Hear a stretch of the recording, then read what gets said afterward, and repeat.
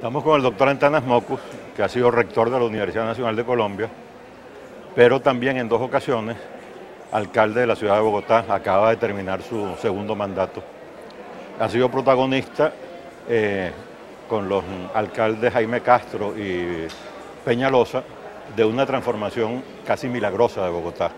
Yo particularmente había conocido Bogotá antes de la gestión de ellos y Bogotá estaba peor que Caracas.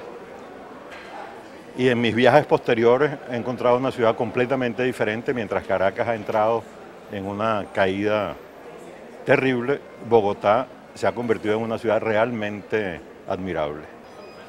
Bogotá ha demostrado que ocuparse de la ciudad rinde beneficios.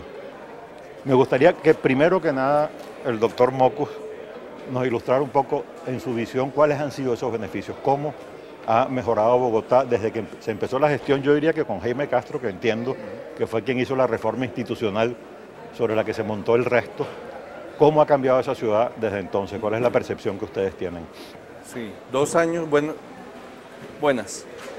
2 años después de la reforma constitucional del 91, Bogotá cambió su marco jurídico. El nuevo estatuto orgánico le permitió una modificación del modo de liquidar el impuesto predial. Y la ciudad pasó de recaudar en el 90 cerca de 200 millones de dólares a recaudar prácticamente 420, 430.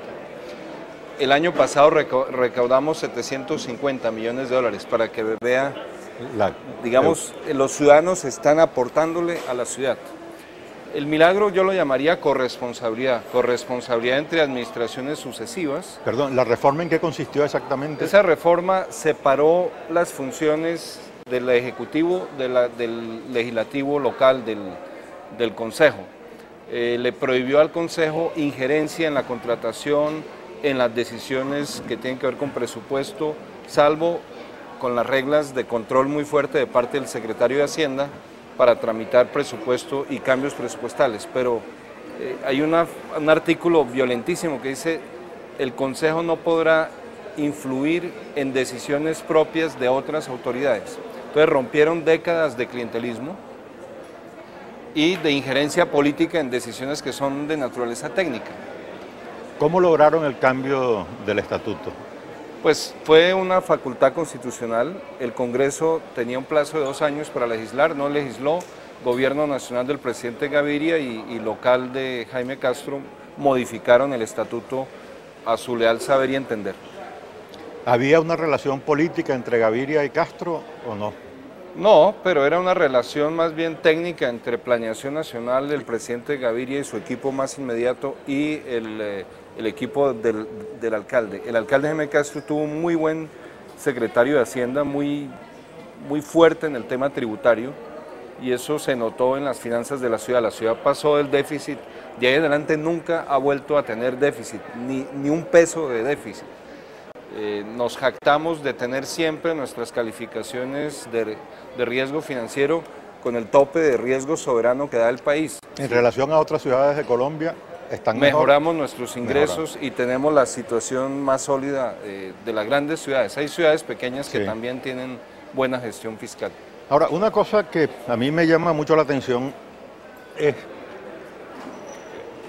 yo lo llamo el milagro bogotano, pero yo no creo en milagros, o sea que tiene que haber una explicación que no sea milagrosa.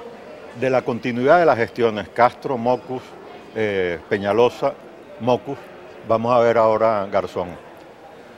Entiendo que no pertenecen a un mismo partido político, incluso no sé siquiera si pertenecen a algún partido político.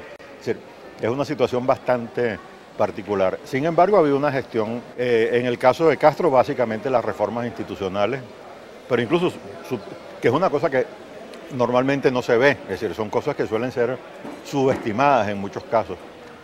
Claro, al lograr aumentar el impuesto predial hay algo allí que tiene sentido, pero su propia primera gestión fue una gestión poco espectacular en un cierto sentido. Es decir, quizá la más espectacular encontró los recursos y encontró los proyectos ha sido la de Peñalosa, que fue donde se empezaron quizá el Transmilenio y algunas de las obras físicas más importantes.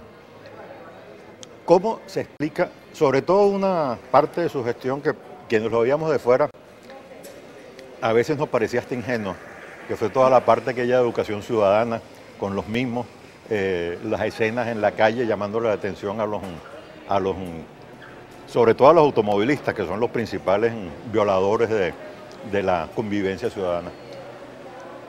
¿Cómo se logró esa continuidad? Es decir, ¿es una tradición colombiana, es algo que está inscrito en los genes de Colombia, o fue algo particular que se dio en el caso de Bogotá?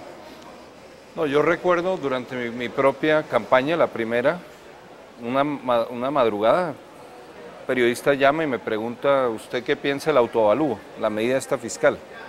Y yo dije, no, yo estoy totalmente de acuerdo. Mis colaboradores, el equipo pequeño que quería apoyarme en la campaña, se cogieron la cabeza diciendo, está loco el candidato, ¿cómo así que en plena campaña electoral apoya impuestos? Y las 2 veces fui elegido apoyando impuestos. Es que hay un principio elemental, es si tú construyes sobre lo que el otro ya construyó, la edificación avanza mucho más rápido. Hay un problema típico de machismo, algo así como no crío hijos que no sean míos. Y eso hay que romperlo. La responsabilidad de uno es casi mayor o es mayor con hijos heredados porque uno a veces malinterpreta el proyecto. Y es el famoso principio cristiano de hazle al otro lo que tú quisieras que el otro hiciera contigo. Es adelántate tú mismo a ser continuista para que la labor de varios gobernantes edifique ciudad. Sobre el tema de educación ciudadana, yo no subvaloraría eso. Al revés. En una sociedad que es violenta, el reflejo lógico, que es violenta no, que ha sido violenta en los últimos 15 o 20 años, el reflejo lógico es responder a la violencia con represión y con cárcel. Y probablemente lo que nos enseña la filosofía es que la cárcel es necesaria, entre otras cosas, como antídoto a la pena de muerte.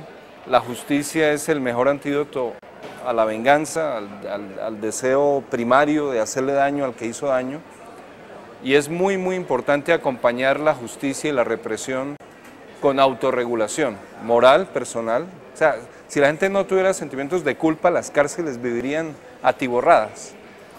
Y además del sentimiento de culpa, la vergüenza ante el vecino.